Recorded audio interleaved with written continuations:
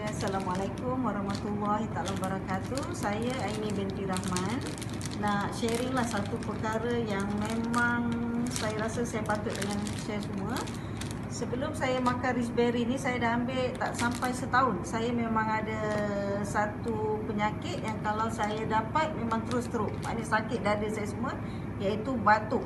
Dan biasanya memang setahun saya akan kena sekali dalam bulan 10 atau 11. Tapi Alhamdulillah, selepas saya makan raspberry ni memang saya tak ada batuk lagi dan insyaAllah memang susah nak kena.